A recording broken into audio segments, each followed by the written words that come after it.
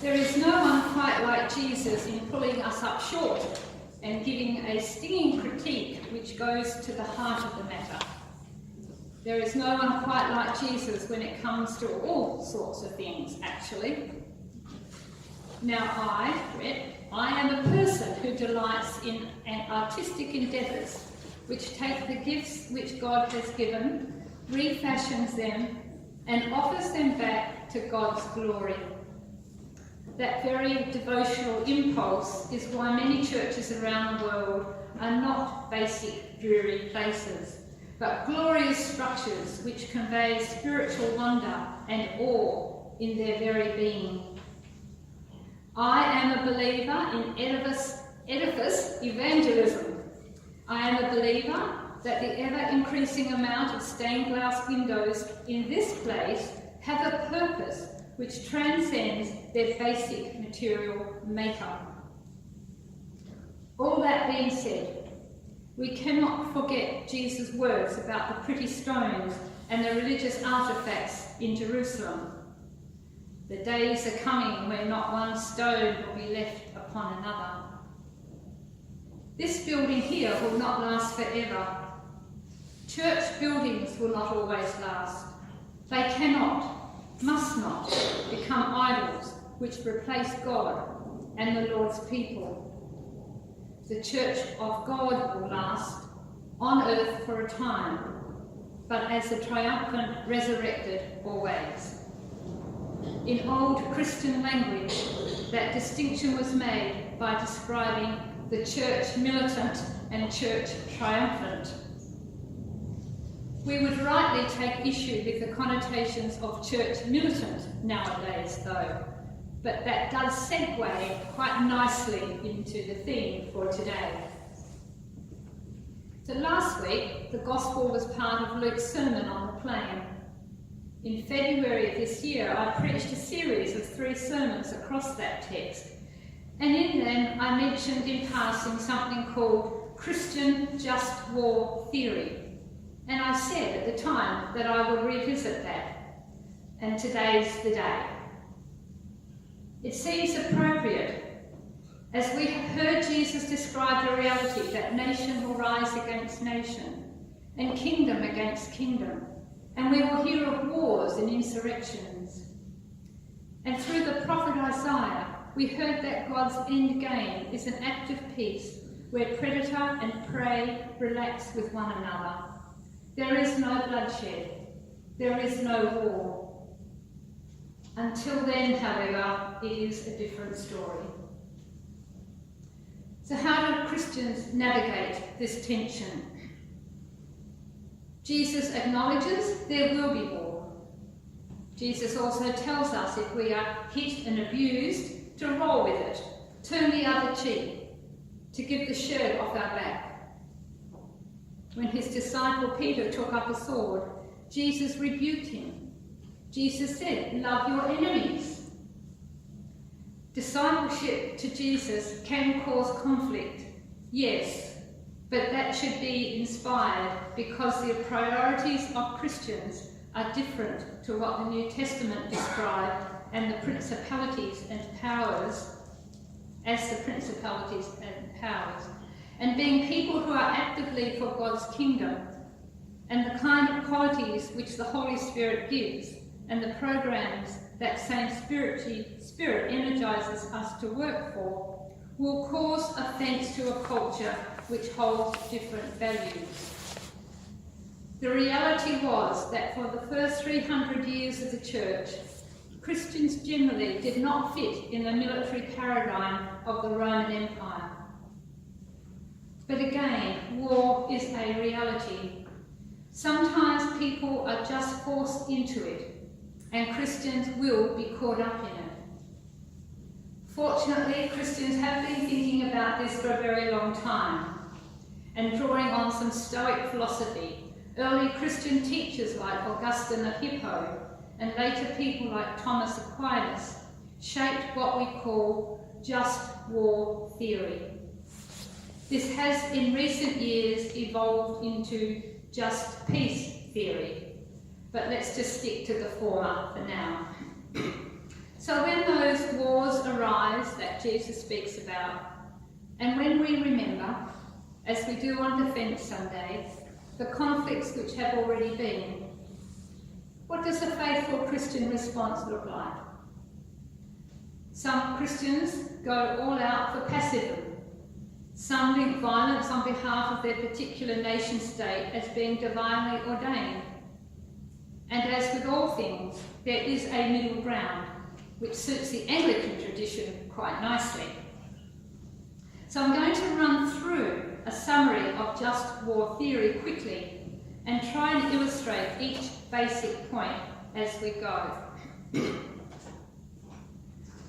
For war to be entered into in the first place, and violence to be done potentially at large scale, it must be a last resort after all other attempts to resolve a conflict have been exhausted. Even then, there must be continual open channels of communication. And even if a nation is in violation of some law, there is an awareness that resolving the matters may take time, even though that extended period can be costly. And to keep us on the hook with this, I'll give an example which is close to home and may sting a bit. Back in 2015, as part of a long-standing and widespread critique of parts of our nation's asylum seeker policies, Australia was found by the United Nations Special Rapporteur on Torture as being in breach of international law and the Convention Against Torture and Other Cruel, Inhuman or Degrading Treatment or Punishment because of our treatment of people seeking asylum. Now, hypothetically, if as a result of that some neighbouring country had decided to go to war with us, rather than continue pressure through diplomatic means, I think they would have been in violation of just war theory, and we would be just in defending ourselves, even though our conduct was scandalous in the first place. Another point, there must be right authority in the initiation of hostility. That means that the war needs to be authorised by representative parliament or something like that, or even agreed to through a body like the United Nations. There must be right cause in the purpose of war. That is, it has moral worth. The clearest example of this that I can think of is World War II, when the Allies went to war with Germany and the fascist Axis powers, and defended the nations which were being attacked, as well as the millions of Jewish people, disabled people, gypsy people, gay people and so on, who were systematically murdered. Excuse me. We were just in engaging in that war. There must be proportionality in the use of force. If you enter a conflict with someone who uses basic firearms on a small scale, and you roll in with missile-wielding drones and wipe all their cities off the face of the earth, that is not proportionate. There must be discrimination in the application of force.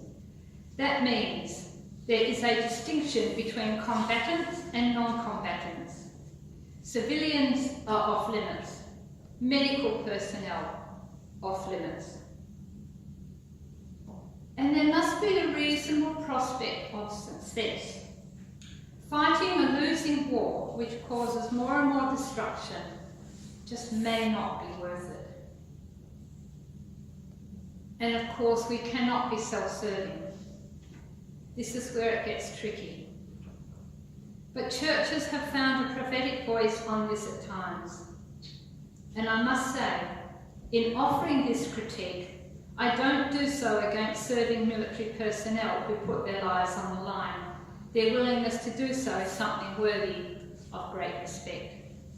The main critique here is of foreign policy and politicians and industries which may prosecute war in the first place and send those personnel out on our behalf, and perhaps have something to gain out of it.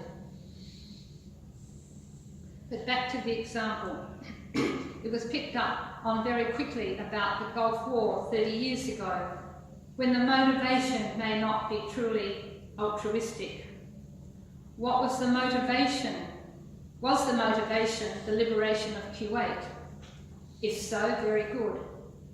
But to what extent was it a further attempt by Western powers, in continuance of a long tradition, to dominate Middle Eastern affairs and to subjugate Arab nations by coercion? The industrialised world supplied weapons of war to the entire region, including Iraq, for its own political and material benefit. And it was prophesied that the conflict had the potential to ignite the entire region in unimaginable devastation, to pit the Muslim world against the West for decades to come, and to unleash waves of violent and racist extremism throughout the world.